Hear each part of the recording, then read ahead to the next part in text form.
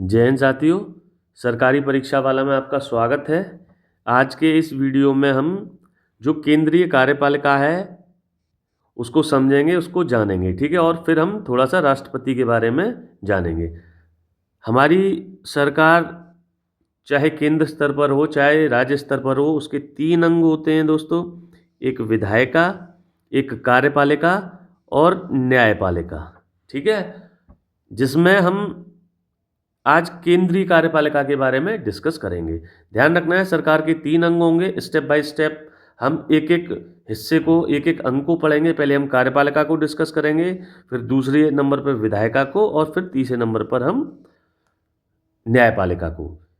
केंद्र के स्तर पर, राज्य के स्तर पर केंद्रीय कार्यपालिका, संसद, हमारी संसद जो केंद्रीय विधानसभा वो विधायिका है वो संसद है। और न्यायपालिका अगर हम केंद्रीय की बात करेंगे तो इसमें हम सुप्रीम कोर्ट को डिस्कस करेंगे, ठीक है साथियों। ध्यान रखिएगा, ये जो केंद्रीय कार्यपालिका है इसका वर्णन संविधान के भाग 5 में आर्टिकल 52 से लेकर 78 तक है। नोट डाउन करिएगा इसे आप, ठीक है। केंद्रीय कार्यपालिका, उसका वर्णन हमारे संविधान के भाग 5 में अनुच्छेद 52 से लेकर 58 तक है। और केंद्रीय कार्यपालिका में राष्ट्रपति, उपराष्ट्रपति, प्रधानमंत्री, मंत्रिपरिषद, मंत्रिमंडल या मंत्रिपरिषद की जो समितियां बनती हैं, विभिन्न विभिन्न समितियों के माध्यम से मंत्रिमंडल कार्य करता है। रक्षा समिति हो गई, cabinet committee on economic affairs हो गई, और ऐसी कई सारी समितियां बनती हैं, उनके माध्यम से वो भी केंद्रीय कार्यपालिका का हिस्सा हैं। और महान्यायवादी, ठीक है, अटॉर्नी जनरल ऑफ इंडिया। ये नोट डाउन कर लिए साथियों, क्योंकि सीधा सीधा क्वेश्चन ऐसे पूछ लिया जाता है कि उपरोक्त में से कौन केंद्रीय कार्यपालिका का हिस्सा है, कौन केंद्रीय कार्यपालिका का हिस्सा नहीं है, ठीक है। राष्ट्रपति, उपराष्ट्रपति, प्रधानमंत्री मैंने अलग से मेंशन किया है, ठीक है। वैसे मंत्रिपरिषद का हेड होता है, ठीक है। शुरुआत करते हैं इसमें हम सबसे पहले अपने टॉपिक से, राष्ट्रपति से। भारत में एक राष्ट्रपति होते हैं और राष्ट्रपति राज्य के प्रमुख होते हैं, हेड ऑफ द स्टेट इन्हें बोला जाता है। साथियों, मैंने बताया था आपको कि हमारे देश में राज्य का प्रमुख राष्ट्रपति होता है और सरकार का प्रमुख प्रधानमंत्री होता है। ध्यान रखिएगा, हेड ऑफ द स्टेट और हेड ऑफ द गवर्नमेंट। जब मैंने आपको संसदीय प्रणाली पढ़ाई थी, तब मैंने बताया था कि संसदीय प्रणाली की एक विशेषता होती है कि इसमें हेड ऑफ द स्टेट और हेड वास्तविक कार्यपालक और नाम मात्र के कार्यपालक का अस्तित्व एक साथ होता है। तो वास्तविक जो कार्यपालक होता है वो हमारा प्रधानमंत्री होता है, जिसे हम सरकार का प्रमुख बोलते हैं। और जो नाम मात्र का कार्यपालक होता है उसे हम राष्ट्रपति बोलते हैं, और वो हमारे राज्य का प्रमुख भी होता है, हेड ऑफ द स्टेट भी होता है। भारत का प्रथम नागरिक कहा जाता है राष्ट्रपति को। ध्यान रखिएगा, कई बार क्वेश्चन पूछा गया है कि भारत का प्रथम राष्ट्रपति कौन है। और राष्ट्रपति देश की, राष्ट्र की एकता, अखंडता और सुदृढ़ता का प्रतीक है, ठीक है। सिंबल है हमारी एकता, अखंडता और दृढ़ता का, ठीक है। इसकी जो वोटिंग प्रोसेस है उसमें हम इस तीसरे पॉइंट को बहुत आसानी से समझ पाएंगे, देख पाएंगे कहाँ किस तरीके से राष्ट्रपति हमारी देश की एकता, अखंडता और सुदृढ़ता का प्रतीक है, ठीक है साथियों। अब इसके इलेक्शन के बारे में थोड़ा सा हम डिस्कस करते हैं, ठीक है। एक एक पॉइंट समझेंगे इसमें डीपली। इसका चुनाव कैसे होता है, ठीक है। इसका चुनाव अप्रत्यक्ष होता है, ठीक है। मैंने डायरेक्ट और इनडायरेक्ट इलेक्शन में आपको बताया था कि डायरेक्ट चुनाव वहाँ होता है जहाँ जनता सीधे अपने प्रतिनिधि को चुनती है। जैसे कि एमपी का इलेक्शन डायरेक्ट हुआ, ठीक है। एमएलए का इलेक्शन ये डायरेक्ट इलेक्शन के टाइप है, ठीक है। और इनडायरेक्ट इलेक्शन जहां जनता अप्रत्यक्ष रूप से अपने प्रतिनिधि को चुन रही है। अब राष्ट्रपति का चूंकि इलेक्शन डायरेक्ट नहीं होता है, जनता एमपी को चुनती है, एमएलए को चुनती है, और फिर ये एमपी और एमएलए इनका एक निर्वाचक मंडल मिलकर राष्ट्रपति का चुनाव करता है। इसीलिए राष्ट्रपति का जो चुनाव होता है वो अप्रत्यक्ष होता है, प्रत्यक्ष नहीं होता है, ठीक है साथियों। एक स्टेप ऊपर आगे जा रहे हैं हम, ठीक है। डायरेक्ट पब्लिक नहीं चुन रही है अपने राष्ट्रपति को, ठीक है। एमपी चुन रहे हैं या एमएलए चुन रहे हैं, एमपी और एमएलए से बना हुआ एक निर्वाचक मंडल चुन रहा है। ठीक है, उम्मीद करता हूं ये पॉइंट आपको समझ में आया होगा कि राष्ट्रपति का जो चुनाव होता है वो अप्रत्यक्ष चुनाव होता है और एक निर्वाचक मंडल इसका चुनाव करता है। और आर्टिकल 54, आर्टिकल जो 54 है, वो इस निर्वाचक मंडल की संरचना, इसमें कौन कौन सदस्य हैं, कौन कौन व्यक्ति निर्वाचक मंडल का सदस्य है और राष्ट्रपति के चुनाव में वोट देगा, उसका जिक्र है। ठीक है साथियों, तो पहला पॉइंट इसमें देखिए, निर्वाचक मंडल में संसद के दोनों सदन, दोनों सदनों का मतलब लोकसभा और राज्यसभा, ठीक है, के निर्वाचित सदस्य। इसका मतलब यह हुआ कि लोकसभा और राज्यसभा के जो मनोनीत सदस्य हैं वो राष्ट्रपति के चुनाव में वोट नहीं देंगे। ठीक है, नोट डाउन करिएगा इसको।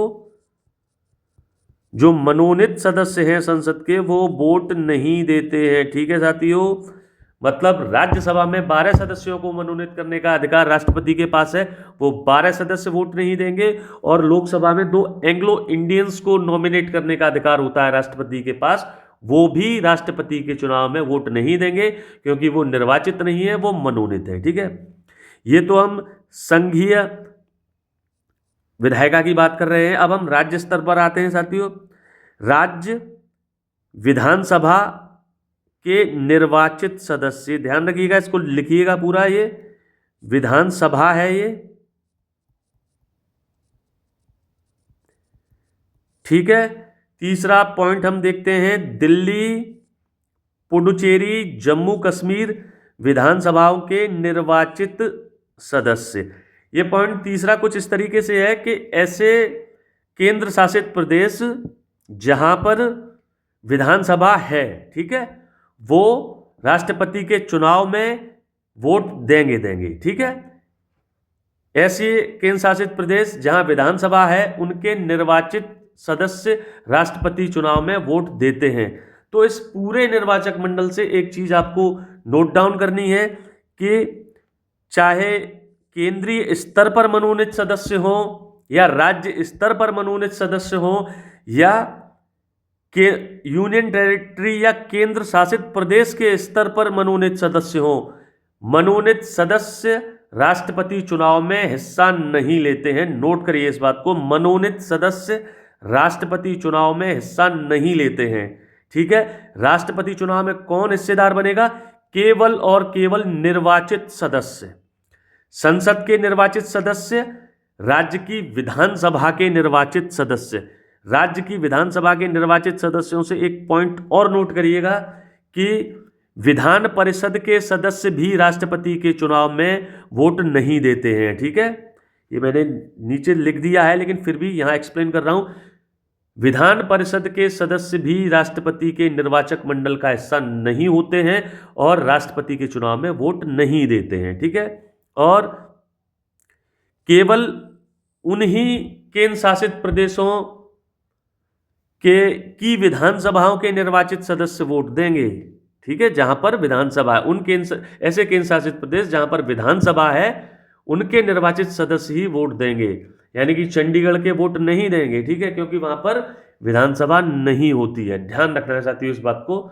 दमनदीप में भी दमनदीप केंद्र शासित प्रदेश है लेकिन वहां से भी वोट नहीं देते हैं। ठीक है, क्योंकि वहां पे विधानसभा है ही नहीं। ये 3 आपको यूनियन टेरिटरी में याद रखें, दिल्ली, पुडुचेरी, जम्मू कश्मीर। 2019 से पहले जम्मू कश्मीर नहीं था, जम्मू कश्मीर का पुनर्गठन हुआ और वो एक यूनियन टेरिटरी बना। ठीक है, यहाँ पे विधानसभा है। ये बहुत महत्वपूर्ण है, इतने से कई बार क्वेश्चन पूछ लिया जाता है। ठीक है, और ये चीज़ और याद रखिए कि कौन कौन भाग नहीं लेते हैं। संसद के जो नामित सदस्य होते हैं या जिनको हम मनोनीत सदस्य बोलते हैं वो भाग नहीं लेते हैं। राज्य विधानसभा के नामित सदस्य, ठीक है, ये भी भाग नहीं लेंगे, यानी कि नामित सदस्य तो भाग लेंगे ही नहीं, चाहे वो संसद के हों, चाहे विधानसभा के हों, चाहे केंद्र शासित प्रदेश के हों। ठीक है, और एक स्पेशल पॉइंट अलग से कि विधान परिषद के सदस्य भी राष्ट्रपति चुनाव में वोट नहीं देंगे। ठीक है, और ध्यान रखिएगा, ये कमेंट में बताइएगा कि आज वर्तमान में हमारे कितने राज्यों में विधान परिषद है। ठीक है साथियों, अब चुनाव की पद्धति देखते हैं। बहुत महत्वपूर्ण और अक्सर कंफ्यूजिंग, इतनी जटिल एक्सप्लेन करने में बना दी गई है कि अक्सर जो स्टूडेंट्स हैं वो कंफ्यूज रहते हैं। तो मैं इस कंफ्यूजन को आज आपका एक बार में दूर कर दूंगा। आइए शुरुआत करते हैं कि राष्ट्रपति चुनाव की पद्धति क्या है साथियों। सबसे पहले तो आप ध्यान रखिएगा, गुप्त मतदान है। ज्यादातर डेमोक्रेसी या आप यूं कहिए 100% लोकतांत्रिक देशों में ऐसा है जहां पर गुप्त मतदान की व्यवस्था है। हमारे देश में हर चुनाव गुप्त मतदान के तहत होता है, ठीक है। चाहे वो लोकसभा के सदस्यों का हो, राज्यसभा के सदस्यों का हो, राष्ट्रपति का हो, उपराष्ट्रपति का हो या किसी और का हो, गुप्त मतदान हमारी चुनावी प्रणाली की एक प्रमुख विशेषता है और राष्ट्रपति की चुनावी पद्धति का भी एक प्रमुख विशेषता है, ठीक है। दूसरी इसमें विशेषता है आनुपातिक प्रतिनिधित्व प्रणाली, ठीक है। इसको समझिए कि हमारे राष्ट्रपति चुनाव में आनुपातिक प्रतिनिधित्व प्रणाली को अपनाया गया है। इसका मतलब क्या है, ठीक है।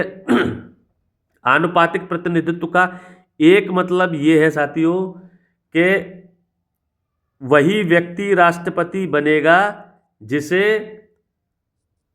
क्लियर मेजॉरिटी मिलेगी, सिंपल मेजॉरिटी नहीं। मतलब कुल वैध मतों का 50% प्लस 1 मिलेगा, ठीक है। ये ध्यान रखिएगा, ये प्रोविजन इसलिए किया गया है कि भाई मैंने बताया था ना कि राष्ट्रपति हमारी एकता अखंडता का प्रतीक है। तो एक ऐसे व्यक्ति को राष्ट्रपति बनाया जाना बेहतर नहीं है जिसे सिंपल मेजॉरिटी हो, या 33% वाले व्यक्ति को राष्ट्रपति बनाना बेहतर नहीं होगा, ठीक है। जिस उद्देश्य से हमने राष्ट्रपति का पद सृजित किया है, उसे हमने अपनी एकता और अखंडता, हेड ऑफ द स्टेट बनाया है, तो एटलीस्ट उस व्यक्ति को हेड ऑफ द स्टेट हम बनाएं जिसको आधे से अधिक मेजॉरिटी हो, ठीक है। आधे से अधिक लोगों का समर्थन प्राप्त हो। मिनिमम राष्ट्रपति को कुल वैध मतों का 50% प्लस 1 वोट चाहिए ही चाहिए, ठीक है। और ये हमने व्यवस्था इसलिए की है ताकि ये मालूम पड़े कि वो हमारा हेड ऑफ द स्टेट है, ठीक है, और उसे जनता का समर्थन प्राप्त है। तो ध्यान रखेंगे, आनुपातिक प्रतिनिधित्व का पहला बिंदु है कि उसको जो वोट मिलने चाहिए वो कुल वैध मतों का 50% से ज़्यादा होना चाहिए, ठीक है। यहाँ मैंने 1 लिखा है, यानी कि मिनिमम 50% से 1 वोट ज़्यादा होना चाहिए। वैध मतों का मतलब ये होता है साथियों, कई बार सांसद अगर वोट देते हैं या विधायक वोट देते हैं तो कुछ वैध वोट अवैध भी हो जाते हैं। तो वैध मतों का 50% से ज़्यादा चाहिए, 50% प्लस 1, ठीक है। और इसको समझते हैं और आनुपातिक प्रतिनिधित्व को, ठीक है। आनुपातिक प्रतिनिधित्व में 2 बिंदु और हैं। हर राज्य का जनसंख्या के अनुपात में प्रतिनिधित्व सुनिश्चित होना चाहिए या होता है, इस चीज को आप समझिए। मतलब इसका मतलब यह है कि अगर यूपी की जनसंख्या ज्यादा है तो राष्ट्रपति के चुनाव में उत्तर प्रदेश की हिस्सेदारी भी उसकी जनसंख्या के अनुपात में होनी चाहिए, ठीक है।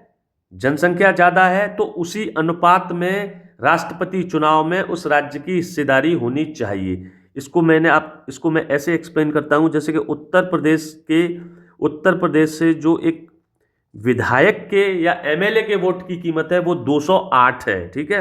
और हरियाणा से जो एक एमएलए के वोट की कीमत है राष्ट्रपति चुनाव में वो 112 है, ठीक है।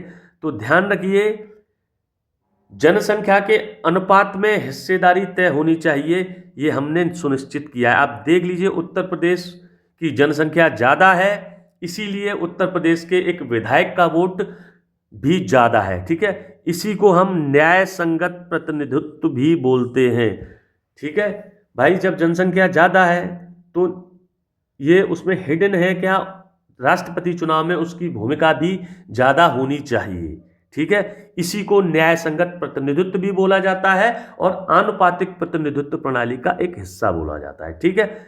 दूसरी यही चीज समझते हैं कि राज्य स्तर पर जो एमएलए हैं उनका वोट अलग अलग होगा, क्योंकि उनकी जनसंख्या अलग अलग है। लेकिन जो एमपी हैं, चाहे वो लोकसभा के हों, चाहे वो राज्यसभा के हों, चाहे वो किसी भी राज्य के क्यों ना हो, सबके वोट की कीमत बराबर है और वो है 700।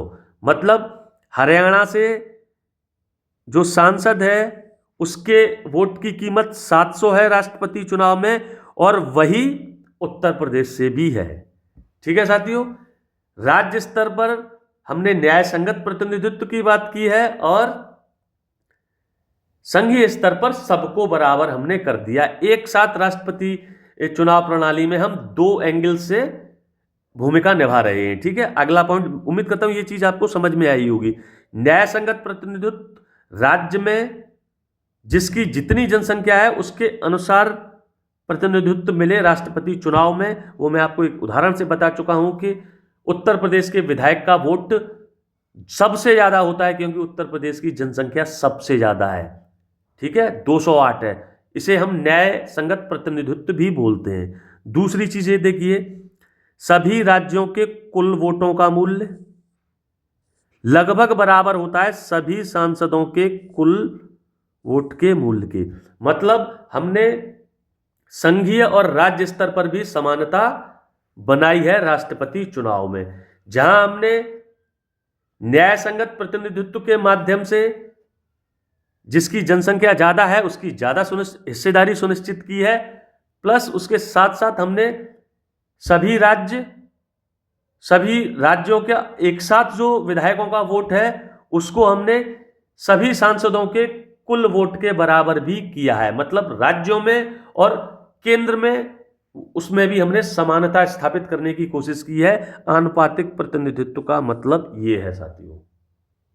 ठीक है, न्याय संगत प्रतिनिधित्व आएगा ये, और जो सभी विधायकों का जो वोट है, अलग अलग राज्यों के विधायकों का वोट टोटल आपने ऐड कर लिया। ठीक है, और जो यूनियन टेरिटरीज हैं उनका वोट अगर आपने ऐड कर लिया और सभी सांसदों का आपने वोट ऐड कर लिया, लोकसभा और राज्यसभा, वो बराबर है। ये अपने आप दिखा रहा है कि हमने राष्ट्रपति चुनाव में राज्य और केंद्र के बीच भी समानता स्थापित करने की कोशिश की है, मध्य समता बनाई है। ठीक है, उम्मीद करता हूं ये आनुपातिक प्रतिनिधित्व आपको समझ में आएगा।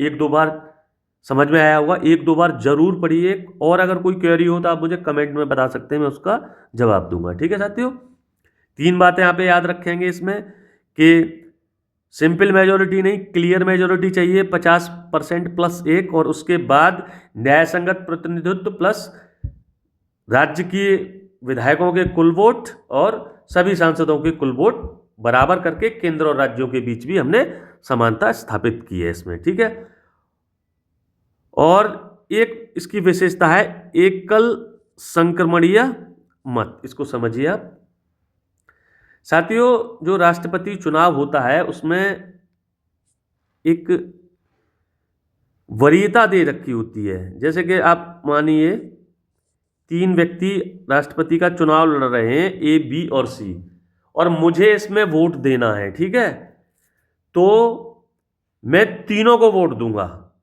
बस मैं वरीयता के आधार पर दूंगा कि जैसे कि ए को मैं पहली वरीयता देता हूं, बी को मैं दूसरी वरीयता देता हूं और सी को मैं देता हूं तीसरी वरीयता। तो एकल संक्रमणीय मत का पहला जो पॉइंट है वो ये है कि एक जो वोटर है वो वोट किसी एक व्यक्ति को नहीं देगा, जितने कंटेस्टेंट जो व्यक्ति चुनाव लड़ रहे होंगे सबको वोट देगा, लेकिन वो वोट वरीयता के आधार पर देगा कि राष्ट्रपति के लिए ए मेरी पहली पसंद है, बी मेरी दूसरी पसंद है और सी मेरी तीसरी पसंद है। पसंद मुझे तीनों हैं, लेकिन पहले नंबर ए ज़्यादा पसंद है, फिर बी कम पसंद है और फिर सी सबसे कम पसंद है। ठीक है, और फिर होता क्या है साथियों, क्योंकि हमें इस चीज को सुनिश्चित करना है कि राष्ट्रपति वही बनेगा जिसे न्यूनतम कुल वैध मतों का 50% प्लस 1 वोट मिला हो। ऐसी सिचुएशन में मान लीजिए कि जब 3 कैंडिडेट चुनाव लड़ रहे हैं तो पहली बार में किसी को ऐसी वरीयता नहीं मिलती है, 50% प्लस 1 वैध मत नहीं मिल पाते हैं किसी भी कैंडिडेट को। तो उस स्थिति में क्या होगा कि जो तीसरे नंबर वाला जिसको पहली वरीयता सबसे कम मिलती है वो ऑटोमेटिकली इलेक्शन से आउट हो जाएगा और उसके जो वोट हैं सेकंड प्रायोरिटी वाले वो ट्रांसफर कर दिए जाते हैं ए और बी को। एकल सिंगल ट्रांसफर वोट्स, ठीक है। इतना ही आप समझिए इसमें, क्योंकि ज्यादा जाएंगे तो और कंफ्यूजिंग होती चली जाएंगी चीजें, ठीक है। कि मतलब इस बाध्यता को पूरा करने के लिए अगर पहली वरीयता के आधार पर किसी को क्लियर मेजॉरिटी नहीं मिलती है तो जिस कैंडिडेट को सबसे कम वोट मिले हैं या पहली प्रायोरिटी जिसको सबसे कम मिली है वो इलेक्शन से आउट हो जाएगा और उसकी जो पहली प्रायोरिटीज हैं वो दूसरे कैंडिडेट जो ए और बी पर ट्रांसफर कर दी जाएंगी और ये तब तक ट्रांसफर होती रहती हैं जब तक कि उसको ये वाला आंकड़ा वो छू नहीं लेता है, ठीक है साथियों। ये एकल संक्रमणीय ट्रांसफर या एकल संक्रमणीय मत का आपका कंसेप्ट है, ठीक है। ध्यान रखिएगा, बहुत कंफ्यूजिंग रहता है ये दोनों चीजें। एक दो बार अगर वीडियो आप लगातार देखेंगे तो ये आपको समझ में आएगी, कुछ क्वेश्चन सॉल्व आउट करेंगे तो आसानी से समझ में आ जाएगी, ठीक है। यहाँ एक चीज और ध्यान रखना है कि राष्ट्रपति के चुनाव से संबंधित कोई अगर विवाद है तो उसकी जांच कौन करता है? सुप्रीम कोर्ट करता है और उस पर उसका फैसला अंतिम होता है। ध्यान रखिएगा, संघीय चुनाव है और संघीय प्रणाली से संबंधित कोई भी मामला होगा तो उस पर जजमेंट सुप्रीम कोर्ट ही देता है, ठीक है। ध्यान रखना है कि राष्ट्रपति चुनाव से संबंधित सभी विवाद उसकी जांच और उस पर फैसला सुप्रीम कोर्ट देगा और सुप्रीम कोर्ट का ही जो फैसला होगा वो अंतिम होगा, कहीं और आप इसे चैलेंज नहीं कर सकते हैं, ठीक है।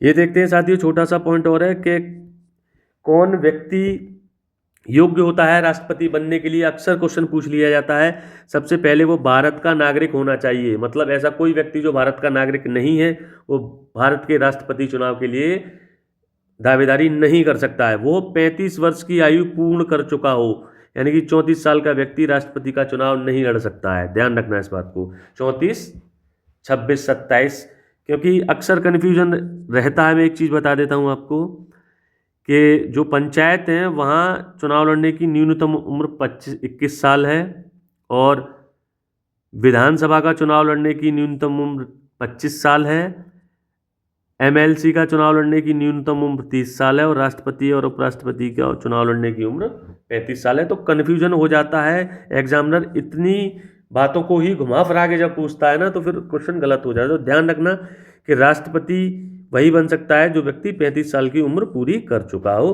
उसके बाद साथियों, लोकसभा का सदस्य निर्वाचित होने की योग्यता रखता हो। ध्यान रखना है, लोकसभा की बात हो रही है, राज्यसभा की बात नहीं हो रही है, ठीक है। क्योंकि जब राष्ट्रपति की बात हम करेंगे वहाँ राज्यसभा का ये पॉइंट में बस राज्यसभा एड अप हो जाएगी।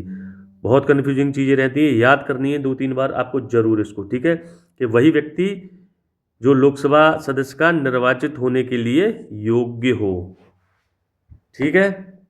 किसी लाभ के पद पर भी नहीं होना चाहिए, ठीक है। अगर लाभ के पद पर है व्यक्ति तो पहले उसे उस पद को छोड़ना होगा, ठीक है, तब वो राष्ट्रपति का चुनाव लड़ सकता है। ध्यान रखिएगा, राष्ट्रपति हो गए, उपराष्ट्रपति हो गए, राज्यपाल हो गए, मंत्री हो गए, चाहे वो संघ का हो या राज्य का हो, ये लाभ का पद नहीं होता है, ठीक है।